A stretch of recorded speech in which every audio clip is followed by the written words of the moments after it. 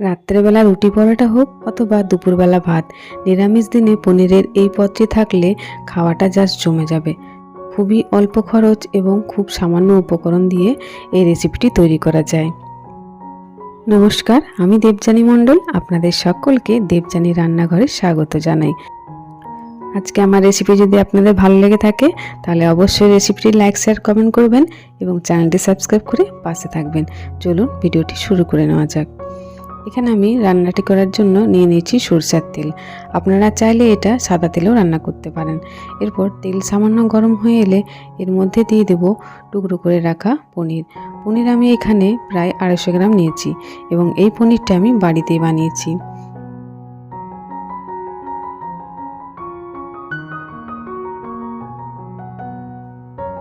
সমস্ত পনির দিয়ে দেওয়ার পর এখানে আমি দিয়ে দেব সামান্য লবণ ছড়িয়ে দিচ্ছি। লবণটা খুব ভালোভাবে পনিরের সাথে মিশিয়ে নেব। এরপর এখানে আমি কিছুক্ষণের জন্য পনিরটা ভেজে নেব। হালকা গোল্ডেন কালার আসা পর্যন্ত পনিরটা ভেজে নিচ্ছি।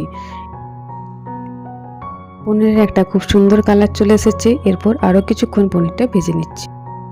পনির ভেজে নেওয়ার সময় সামান্য লবণ দিলে পনিরটা সফট হয় এবং টেস্টও হয় দুর্দান্ত।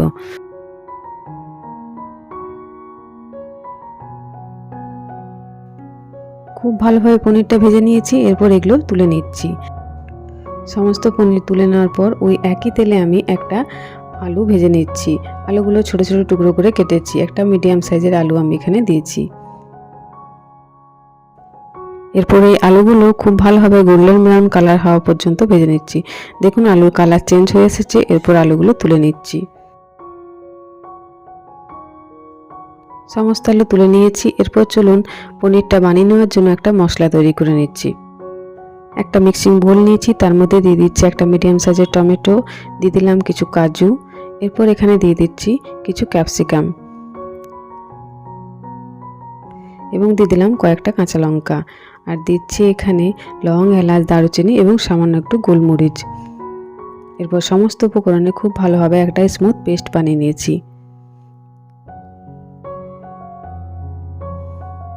এবার এখানে কড়াই গরম করে নিয়েছি, তার মধ্যে দিয়ে দিয়েছি সরিষার তেল এবং দিয়ে দিলাম সামান্য একটু চিনি। চিনিটা খুব ভালোভাবে তেলের সাথে সম্পূর্ণভাবে মিশিয়ে নেব। এরপর এখানে দিয়ে দিচ্ছি তৈরি করে রাখা মশলাটা।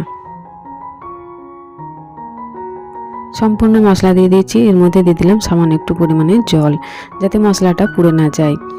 এবার এই মশলাটা খুব ভালোভাবে আমি ভেজে নেব যতক্ষণ না পর্যন্ত মশলা থেকে তেল আলাদা হয়ে আসছে। এই মশলাটা যতক্ষণ পর্যন্ত ভাজা হচ্ছে, অন্যদিকে আমি আরও একটা শুকনো মশলার পেস্ট তৈরি করে নিচ্ছি। দিয়ে দিচ্ছি হাফ চামচ ধনের গুঁড়ো, হাফ চামচ জিরের গুঁড়ো এবং দিয়ে দিলাম স্বাদ মতো ঝাল। ঝালের জন্য এখানে দিচ্ছি শুকনো লঙ্কার গুঁড়ো এবং এখানে দিয়ে দিলাম আদার পেস্ট। এবার জল দিয়ে খুব ভালোভাবে এটা গুলে নিচ্ছি এবং দিয়ে দিচ্ছি হাফ চামচের মতন হলুদ। খুব ভালোভাবে এই পেস্টটা তৈরি করে নিচ্ছি। পনির দেওয়ার জন্য শুকনো মশলার পেস্ট আমার একেবারে রেডি হয়ে গেছে। অন্যদিকে দেখুন ওই মশলাটাও একেবারে খুব ভালোভাবে ভাজা হয়ে গেছে। সম্পূর্ণভাবে তেল আর মশলা একেবারে আলাদা হয়ে এসেছে। এই পর্যায়ে আমি এখানে দিয়ে দিচ্ছি গুলে রাখা শুকনো মশলাগুলো। এরপর সামান্য আর একটু জল দিয়ে দেব, যাতে পেস্টটা খুব ভালোভাবে ভেজে নেওয়া যায়।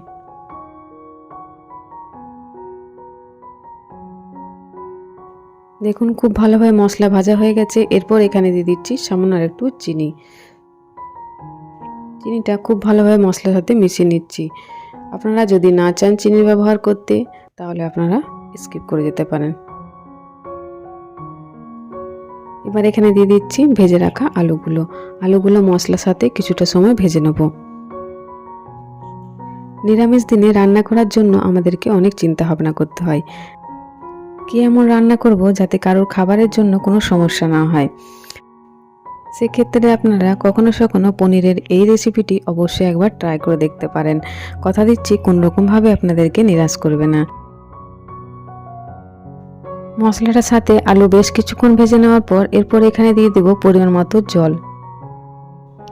যেহেতু আলুটা সেদ্ধ হতে এখনো বাকি আছে, তাই জলের পরিমাণটা একটু বেশি রাখলাম। এরপর এখানে জল দিয়ে দেওয়ার পর দিয়ে দিচ্ছি স্বাদ মতো লবণ। লবণ ভালোভাবে মিশিয়ে নেওয়ার পর এরপর আমি এখানে এটা ঢাকা দিয়ে রেখে দেবো। ঢাকা দিয়ে রান্না করে নেব প্রায় 10 মিনিট। মিনিট 10 পর চলুন ঢাকাটা খুলে নিই। দেখুন জলটা একেবারে কমে গেছে। এরপর খুব ভালোভাবে এটা নাড়াচাড়া করে নেব। এবার এখানে দিয়ে দিচ্ছি ভেজে রাখা পনিরগুলো। পনিরগুলো খুব ভালোভাবে সমস্ত উপকরণের সাথে মিশিয়ে নিচ্ছি। সমস্ত উপকরণের সাথে পনিরটা কিছুক্ষণ ভেজে নিলে রান্না একেবারে কমপ্লিট। এই রান্নায় সব শেষে সামান্য একটু ঘি অথবা কস্তুরি মেথি, ধনেপাতা কুচি দিতেই পারতাম, তবে এইভাবে একবার বানিয়ে দেখবেন। এইসব না দিলেও এই রান্নার স্বাদ হয় দুর্দান্ত। আপনারা চাইলে এখানে জলের ব্যবহার করে আপনাদের ইচ্ছে অনুযায়ী গ্রেভিটা গাঢ় অথবা পাতলা করতে পারেন। যেমন আপনাদের ইচ্ছে সেই অনুযায়ী রান্নাটা করবেন। তাহলে আজকে আমার রেসিপি একেবারে কমপ্লিট হয়ে গেল। আমি জানি পনিরের আপনারা অনেক রকম রান্না খেয়েছেন, তবে নিরামিষ এই আলু পনিরের সবজি অবশ্যই একবার রান্না করে খান।